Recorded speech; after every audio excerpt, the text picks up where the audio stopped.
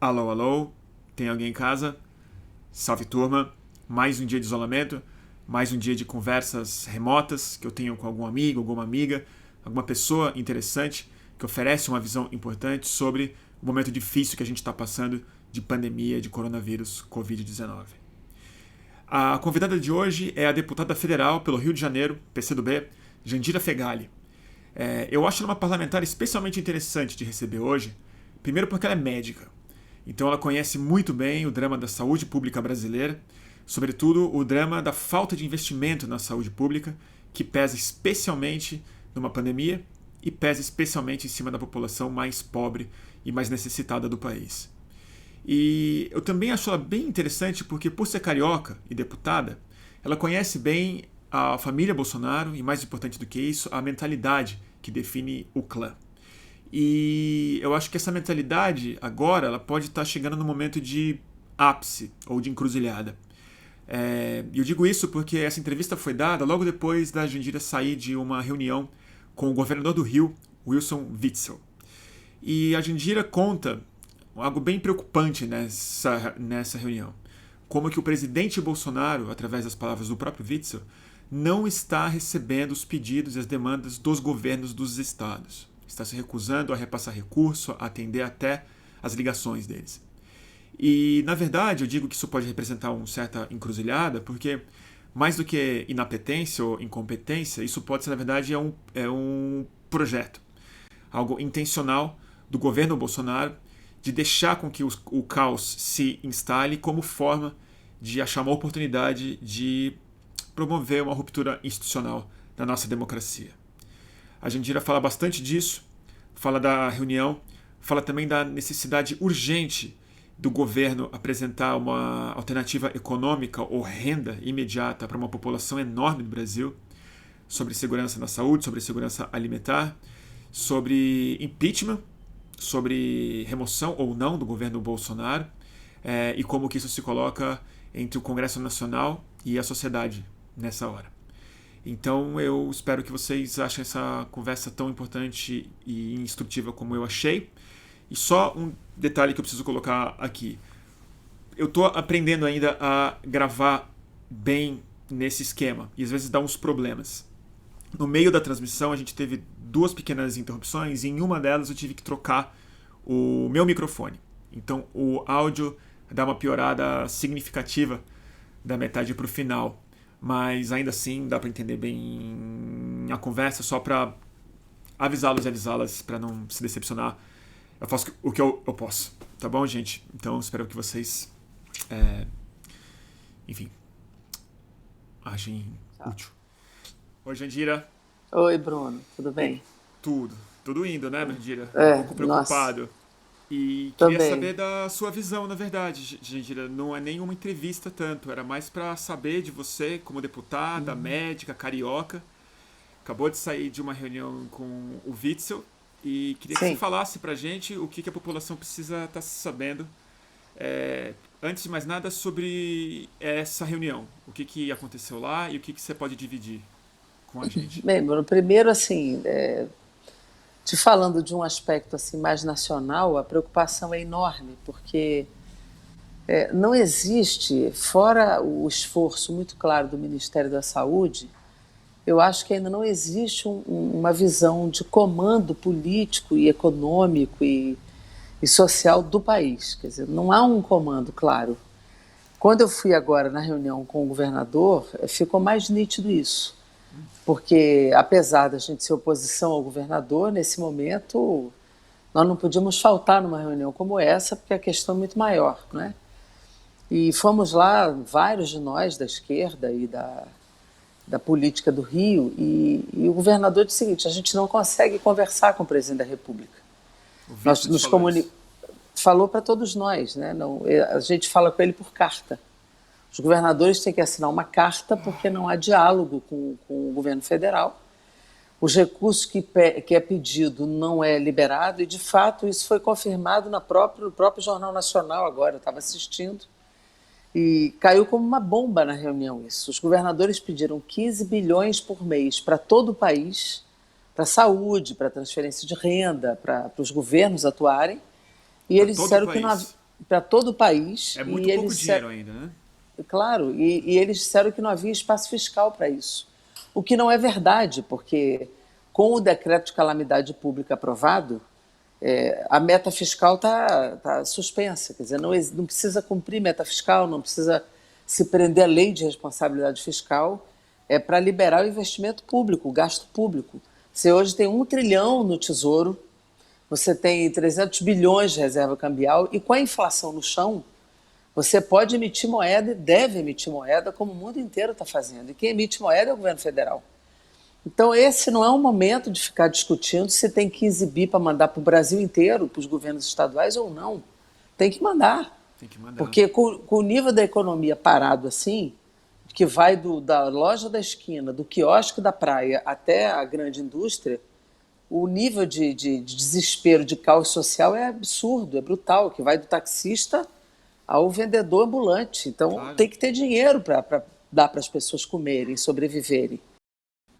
Sem dinheiro, e se nós estamos preocupados com a velocidade de contágio, só no Rio de Janeiro são 763 favelas. E nessas favelas, a velocidade de contágio vai ser brutal, porque não tem como fazer isolamento. Você tem, às vezes, 8, 10 pessoas no mesmo cômodo.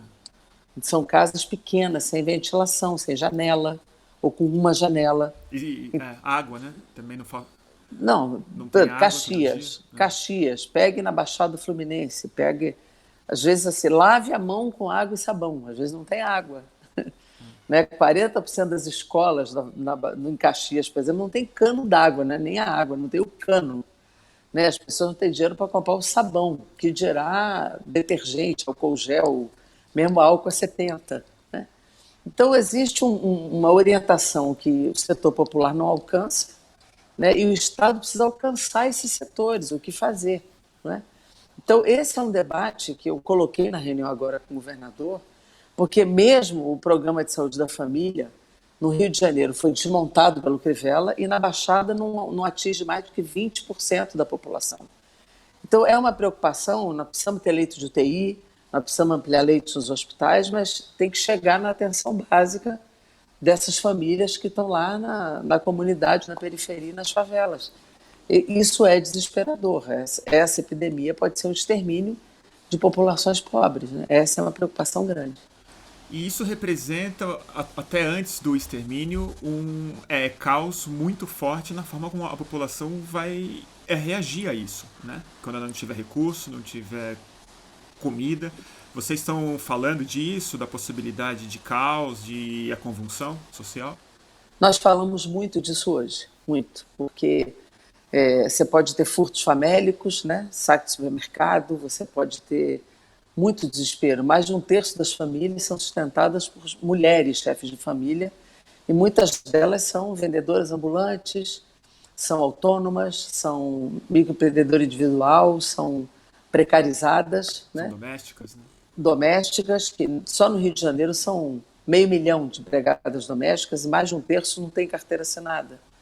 Né? Então, os programas de transferência de renda, de proteção do emprego, de proteção ao precarizado, isso é dinheiro na mão que tem que ser passado. E não são os R$ 200 que o governo federal quer oferecer aos autônomos. Isso é um deboche. É, no mínimo, o salário mínimo que tem que ser repassado. Isso é dinheiro que nós temos que trabalhar em nível nacional. O governador, ou os governadores, ou os prefeitos, não têm maquininha para rodar moeda. Isso é dinheiro que tem que ser repassado centralmente pelo governo federal. Né? Então, essa é uma pressão que tem que ser feita e precisa ser feita. Então, isso tudo nós debatemos hoje. Eu falei abertamente ao governador, assim, esse decreto que ele fez de quase que restringindo o direito de ir e vir na cidade não pode ser encarado pelos agentes de repressão e da Polícia Militar com violência. Isso eu cobrei claramente, porque sei como ele pensa, e ele disse que de jeito nenhum essa era a orientação dele para os agentes da Polícia Militar e os agentes de segurança do Estado do Rio de Janeiro. Né? E a Inclusive, polícia quando... entende isso? Oi? E você Foi o que eu acha disse a ele, que a foi o polícia que eu disse militar... para ele. Você acha que a polícia militar entende isso?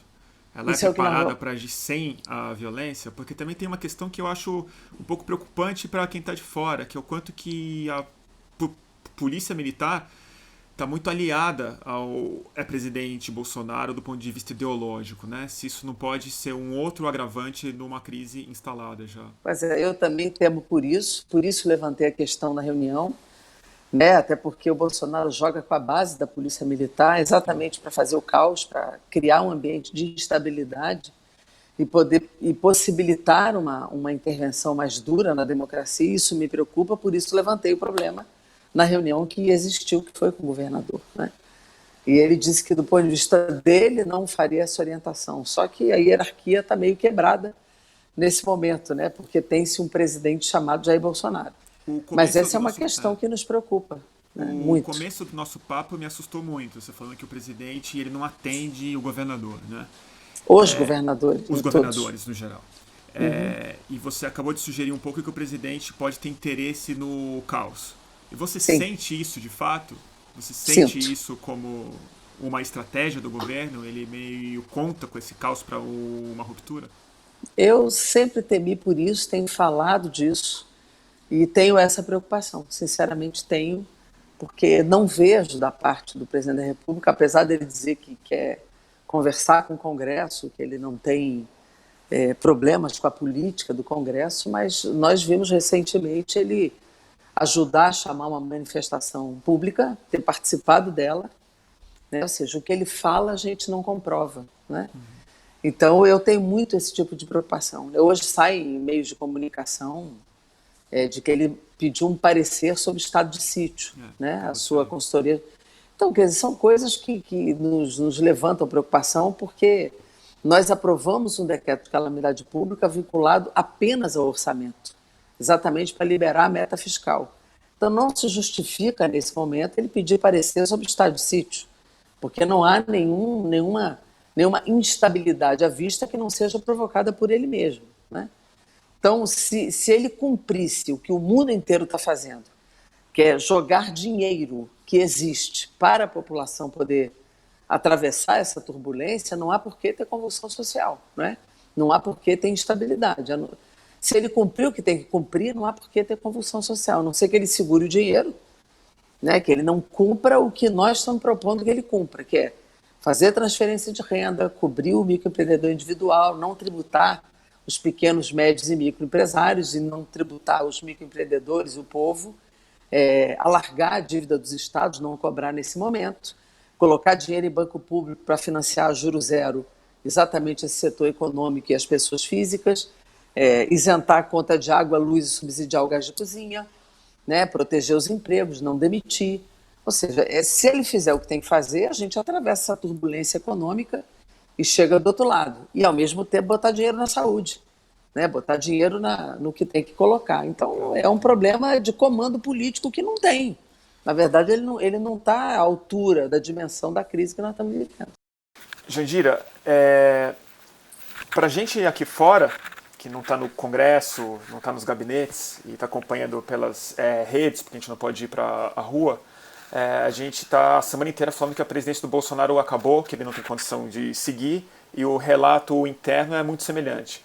Mas queria saber, como uma deputada muito preocupada com a estabilidade, o que você acha que pode ser feito do ponto de vista institucional para que o Bolsonaro ou assuma a liderança que lhe cabe, ou seja removido, ou sofra um processo de impeachment? Como você encara a forma como a sociedade está esperando que ele saia, que ele renuncie ou que ele seja removido por algum processo emergencial? Olha, eu acho que ele próprio está cavando a sua sepultura, vamos dizer assim. A atitude dele diante dessa crise que coloca em risco a vida das pessoas é que está gerando o seu próprio derretimento político, né? Não está nem dependendo de nós, ele próprio está fazendo isso. Nós não estamos gerando a sua instabilidade, nós estamos focando agora em salvar as pessoas, em gerar políticas que salvem o país e salvem a vida das pessoas. Nós temos focado nisto. Por isso não fizemos pedido de impeachment, não geramos mais instabilidade, não criamos esse tipo de momento, né? Então, o que nós da oposição estamos fazendo e estamos priorizando? Nós estamos priorizando as medidas necessárias a salvaguardar o máximo possível a grande maioria da população, a botar dinheiro na saúde, a gerar políticas que salvem a economia brasileira. Aprovamos imediatamente o decreto de calamidade pública. Nós estamos concentrados nisso. Quem não está concentrado nisso é ele, né? A irresponsabilidade, a atitude criminosa nele naquele domingo foi o que gerou na sociedade a compreensão de quem é ele, né? Você veja que nós cancelamos o dia 18 de março na rua, o Instituto Marielle Franco cancelou o 14, quer dizer, nós estamos responsavelmente cuidando desse momento. Ele é que não está. Então, o fora Bolsonaro que está nas ruas está sendo puxado pelas pessoas espontaneamente, inclusive. Nós não geramos nenhum pedido de instabilidade política nesse momento, porque não queremos gerar instabilidade agora, porque é a nossa preocupação política com o país. Agora, a sociedade não está aguentando essa irresponsabilidade, essa atitude criminosa, e está vendo que ele não tem condição, ele não está à altura da dimensão que o país exige, que o país precisa. Passada essa turbulência, vamos ver o que fica, né? O que sobra disso tudo e como a sociedade vai enxergar esse processo. Aí nós vamos ver que atitude tomar e o que fazer.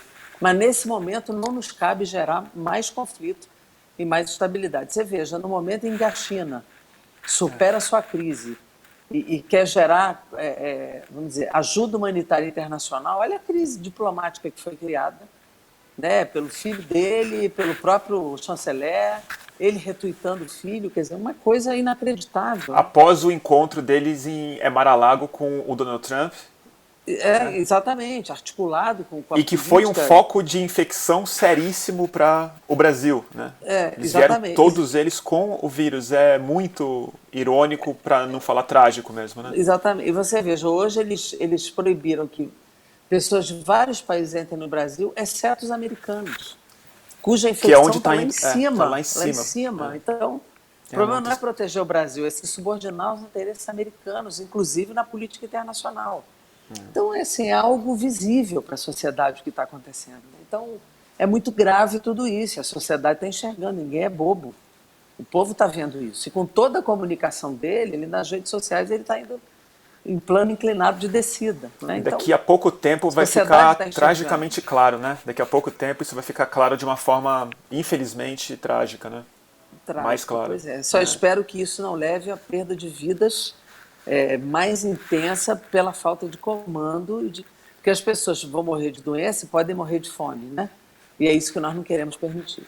E falta de leito, falta de cuidado, falta de diagnóstico. Pois é, essa é a nossa preocupação. Você veja, os 5 bilhões que colocaram na saúde, inicialmente, não foi dinheiro novo, foi tirado da saúde para a saúde. Nós estamos querendo colocar mais recursos no SUS, muito mais dinheiro no SUS, e ainda bem que a gente tem o SUS, né? A gente defende o SUS há 30 anos, eles vieram sucateando esse teto de gastos, que é uma inovação planetária, um teto na Constituição, a gente tenta derrubar há muito tempo. Agora, com o decreto de calamidade, já pode ultrapassar a meta, mas esse teto de gastos mantido lá na frente vai ser um desastre. E por causa desse teto, a saúde já perdeu mais de 20 bi nos últimos anos, e esse sucateamento vai aparecer agora, né? Essa degradação. Eu tenho dito, a degradação capitalista que você levou para o mundo é a impotência no imediato, né? Uma coisa que vem vindo e que na hora do imediato você sente. Da mesma forma, a nossa dependência tecnológica, que vem esse tempo todo sendo sucateada, nessa hora você sente a barra de depender de tudo, de insumo, de equipamento, né? Nessa hora você sente o fato de não ter uma tecnologia lá na frente, né? Você depender de tanta importação e de tanta coisa, né? Isso é muito triste para nós. Ô, Jandira, muito obrigado. Queria saber se você tem mais alguma coisa que você acha importante de ser dita numa hora grave, como a que a gente vive. Primeiro o seguinte, o Congresso está aberto, né? Nós não fechamos o Congresso, apesar dos apoiadores de Bolsonaro querem que o Congresso feche, né? O Congresso está aberto. Nós achamos que o Congresso pode e deve tomar muitas iniciativas, porque se a gente ficar esperando do governo essas iniciativas, elas podem não vir. Então, nós temos que tomar e temos que cobrar do governo muitas iniciativas, principalmente no campo da proteção da vida e também da economia brasileira, para que as pessoas tenham proteção e recurso na mão. porque nós queremos proteger a vida no campo da saúde, mas também no campo da economia, né? Nós temos que estar postos nesse processo, em Brasília ou remotamente, porque nós vamos ter que votar muita coisa de forma remota. Nós não sabemos se os voos vão estar existindo ou não, então muita gente pode não estar em Brasília, mas tem que estar atuando de qualquer maneira. E a presença do Congresso do ponto de vista da democracia, muito importante, né? Porque é aí que as coisas são votadas e são definidas, mas, de qualquer maneira, a presença da sociedade é fundamental nesse momento, ela atenta, vigilante, propondo coisas, definindo coisas e pressionando por medidas, mas também é um momento, Bruno, de muita generosidade, muita solidariedade, muita consciência. Porque se as pessoas também não tomarem para si, nesse momento, atitudes, a gente pode não debelar essa crise. Então, essa atitude do isolamento, ela, às vezes, é muito angustiante para nós, né? A gente tem saudade das pessoas, o confinamento é coisa angustiante mesmo, né? Não poder fazer o que a gente sempre faz, a gente sente saudade. Nós somos pessoas muito físicas, né? Do abraço, do beijo, do cumprimento, do carinho. Nós somos assim, né? Isso faz falta, mas a gente precisa ter atitudes agora diferenciadas. A gente, às vezes, não se sente vulnerável, mas a gente pode contagiar outras pessoas. Então, nós precisamos, nesse momento, ter muita solidariedade, uma atitude muito consciente para que a gente ajude uns aos outros. Então, é muito importante, nesse momento, a consciência e a atitude, que hoje a atitude individual joga muito para o coletivo, nós precisamos ter isso com muita consciência. E compensar, nós que temos responsabilidade coletiva no sentido do agente público, né, eleitos, nós precisamos não só ajudar a economia, mas também compensar muitos setores, né? Aplaudir aqueles que estão na rua atuando, vocês jornalistas, os profissionais da saúde, os agentes públicos, e a gente ajudar a compensar os setores que foram paralisados, né, como a cultura e tantos setores que nesse momento tiveram suas atividades interrompidas, e é para isso que a gente está atuando.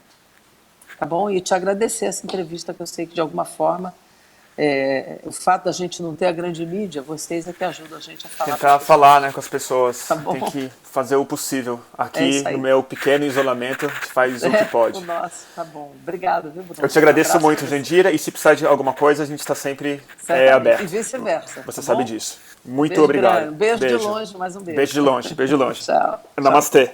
Para você também.